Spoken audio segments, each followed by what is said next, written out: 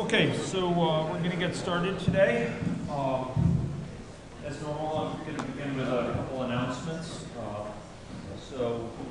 think you folks have just finished up Lab 8.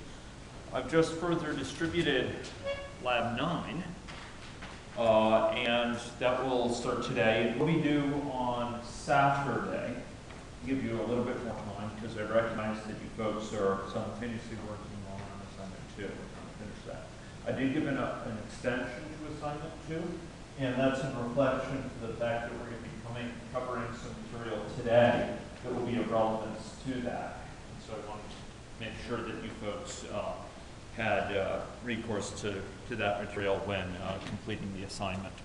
So assignment 2 will be due Thursday, just before midnight. Okay. There were some back and forth via email and questions sent to me regarding assignment 2, and specifically regarding the issue of pointer deallocation and so on. I gave some comments in emails, first an initial email and then a subsequent email, which I was hoping would shed light on this issue of sort of how you go about deallocating objects, where that deallocation takes place relative to the allocation. And one of these questions was with respect to a function that you're being asked to implement as part of this. It's something like, I don't remember the exact name, is it add back? Or, yeah, there's extend, but then there's also one of the operations as well. What is it, vector add? Vector add, okay, yeah. Just one of these guys. And what was being passed here was there was a vector, as I recall, being returned from this, and there was something being passed to this. Now, to make it clear really what's going on, I know there's type defs involved, and I'm just going to be very clear that what we got here is a pointer that's being returned. So it's, I think it's a pointer to some struct, some struct that's being returned. And a similar thing is being taken in, a pointer is being taken in. Don't get caught up in exactly what it's pointing to. And one of the questions that had come up here about was, for this guy here, he's taking in a pointer to an existing vector. There was a question, this guy's allocating a new vector, but does this guy vector add, should he be deallocating what's passed into him? After all, this thing is being passed in, a new thing is being passed back. Shouldn't we be cleaning up after this? And what I said in person and then with email is that, in general, if you have a function that takes a pointer, unless it's extremely clear to everyone that the job of that function is to deallocate this pointer, you generally don't want to do it, or you want to be very cautious about it in any case. Because whatever calls this may not fully realize that this thing they passed in, after this thing returns, so suppose foo calls vector add, right? And it passes it some pointer, which is a perfectly legitimate pointer. Vector add does its work, it returns a different pointer.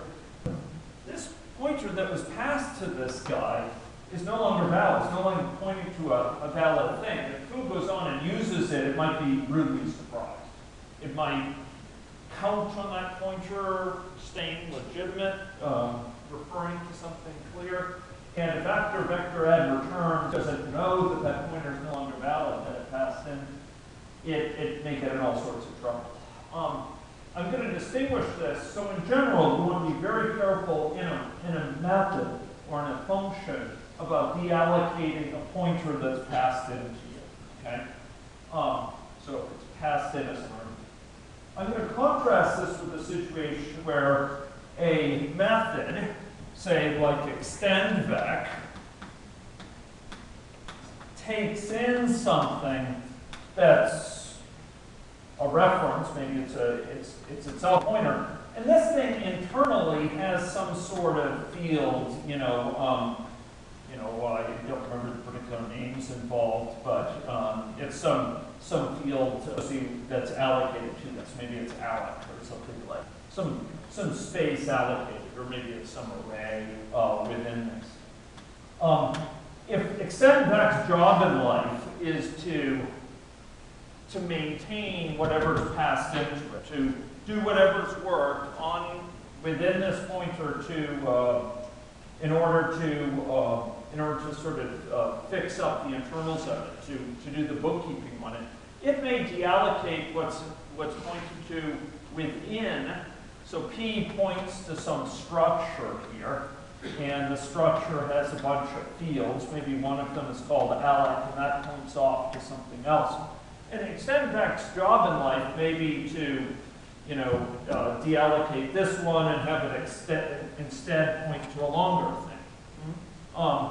So in short, extend_vec, it shouldn't just deallocate whatever's passed to it, for sure, but it can, and in this case it's a good thing, that it takes charge of sort of allocating and deallocating not this pointer P passed to it, but whatever P points to, there may be pointers within that it takes care of managing. Okay. So I don't know if this is helpful to you folks, but suffice it to say that extend_vec, my comments from earlier shouldn't be taken as indicating that no deallocation should take place in extend_vec. Deallocation can take place in extend_vec. It can deallocate the old smaller one with 2 elements and allocate a new larger one with 3 elements, and that's part of its job. It's not using that deallocation to deallocate this thing that was passed into it directly. It's deallocating something that's part of a structure that thing points to. So it's a different sort of issue, and its job in life may be to manage the memory associated with this thing. That's fine. That's fine. That's a good thing. And in fact, in C++, and by extension in other languages like Java, C#, and many others, we'll routinely have components of the code that sort of take care of managing the memory associated with certain objects. In this case, it's with a vector. There'll be something whose job it is in life to kind of manage that memory. Okay. So anyway, that was just a comment associated with the assignment that I hope will be of help. Okay. But today I wanted to communicate 2 particulars that I know will be of help in the assignment and in the lab. And unfortunately, it's going to require me to review some material fairly quickly. It's material I hope to loop back to with greater depth, but I want to cover the essentials for you today. And the 2 topics are, number 1, test-driven development, and generally the whole issue of incremental development. And number 2, the issue of version control, Subversion. Okay?